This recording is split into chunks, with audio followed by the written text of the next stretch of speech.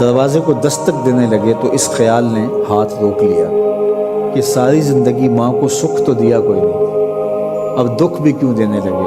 رات کا ایک پہر بیت گیا ہے۔ السلام علیکم ورحمۃ اللہ وبرکاتہ۔ کیسے ہیں آپ لوگ؟ امید ہے کہ سب خیریت سے ہوئیں گے۔ ہم لوگ جانیں گے ماں کی اہمیت کیا ہے۔ حضرت ثاقب رضا مصطفی حضرت بایزید بستامی کہتے ہیں کہ میں نے اپنی ماں کے آگے ہاتھ جوڑے، میں نے کہا امی تجھے راضی کروں یا رب کو راضی کروں؟ تو اپنے حق مجھے معاف کر دے، اللہ کو میں راضی کر لیتا ہوں۔ ماں نے کہا جاؤ پتر میں اجازت دیتی ہوں۔ گئے جنگلوں میں، ذکر و فکر میں لگے رہے، تنہائی میں اس کو یاد کرتے رہے، دن رات ذکر کے چراغ روشن رکھے۔ 12 سال گزر گئے حق کی تلاش میں۔ ایک دن واپس بستام کے قریب سے گزر رہے تھے، خیال آیا چلتے چلتے ماں کو سلام کر جاؤ۔ دروازے کو دستک دینے لگے تو اس خیال نے ہاتھ روک لیا کہ ساری زندگی ماں کو سکھ تو دیا کوئی نہیں، اب دکھ بھی کیوں دینے لگے۔ رات کا ایک پہر بیت گیا ہے، سردیوں کی لمبی رات ہے، ماں بستر میں لیٹی ہوگی، تیرے لیے اٹھے گی، دروازہ کھولے گی، دروازے کے ساتھ ہی لگ کے بیٹھ گئے اور ساری رات کاٹ دی، اس خیال سے کہ ماں کو تکلیف نہ ہو۔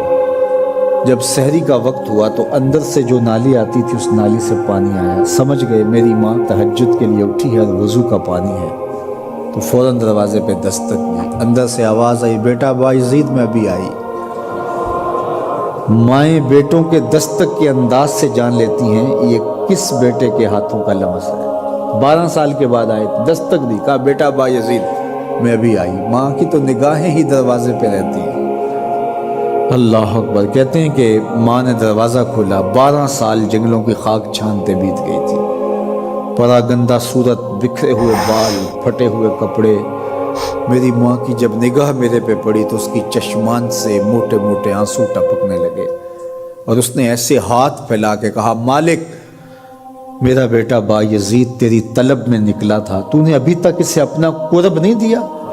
حضرت بایزید بستامی کہتے ہیں 12 سال کی ریاستوں سے جو کچھ نہیں ملا تھا ماں کے اٹھے ہوئے ہاتھوں سے مل گیا۔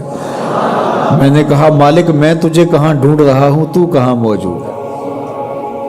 تو ماں باپ کی رضا اللہ کی رضا کا دروازہ کھولتی ہے۔ جن لوگوں کے ماں باپ ناراض ہیں اور وہ جا کے پیر صاحب کی خدمت کرتے ہیں اور میاں ماں کے قدم چومو، باپ کی ٹانگیں دباؤ، ان کی خدمت کرو، تمہارے پہلے مرشد وہ ہیں، ان کو راضی کرو، پھر کسی شیخ کامل کی صحبت میں آنا، دیکھو کیسے دل کی بند کھڑکیاں کھلتی ہیں۔ ایک مرشد تو ناراض کر رہا ہے، دوسرے مرشد سے تمہیں کیا ملے گا؟